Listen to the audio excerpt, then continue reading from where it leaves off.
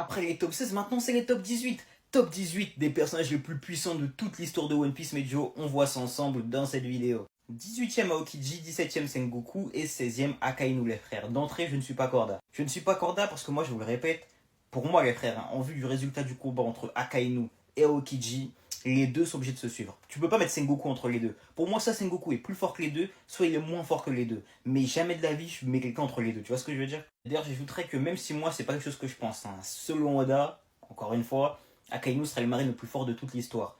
Donc si c'est un fait, les gars, malheureusement, tu dois le mettre aussi devant garde, tu vois. Même si pour moi, c'est une incohérence et que ça n'aurait aucun sens que ce soit le cas. 15e place pour Big Mom, 14e pour Rayleigh, 13e pour Teach. Et là, encore une fois, je suis pas Corda. Moi, je le répète, Rayleigh à son prime n'a pas le niveau des Yonko. Je vous le répète, hein, il n'a pas le niveau des Yonko. Rayleigh a dit face à Teach qu'il n'était pas assez fort pour le battre.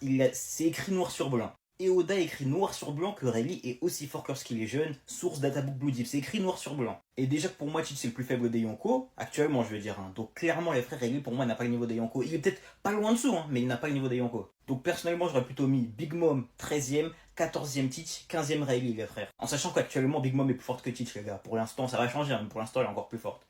12e pour Dragon, on l'a pas encore vu se battre, donc je peux pas le juger personnellement. 11e Luffy, 10e Kaido. Encore une fois, je sais que certains ne seront pas Corda. Pour moi, les frères, hein, Kaido est encore plus fort. T'as vu, c'était pas un 1v1 sec pour les deux. Kaido, lui, a fait qu'un seul combat. Il s'est jamais arrêté. Luffy a eu le droit à 3 pauses et les gars, 3 régénérations, il est revenu plusieurs fois. Je suis désolé, mais tu prends un 1v1 sec, les deux en forme sur un seul round, Kaido l'éteint. Enfin, il l'éteint pas, mais il gagne pour moi.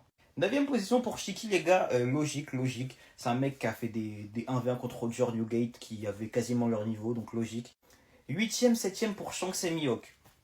Compliqué à juger, compliqué. Moi, personnellement, je les aurais mis dans le même lot que Kaido, t'as vu?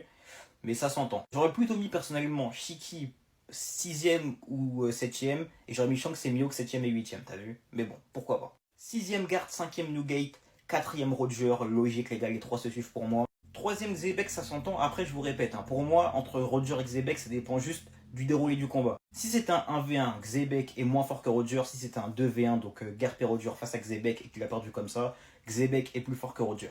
Et enfin, première et deuxième position, Imsama et Joy Boy. Et là, pour l'instant, dur de les bouger, tu vois ce que je veux dire. En vrai, le top, il est plutôt bon. Quelques trucs où je suis pas corda, mais méchant top, hein. Vraiment méchant top.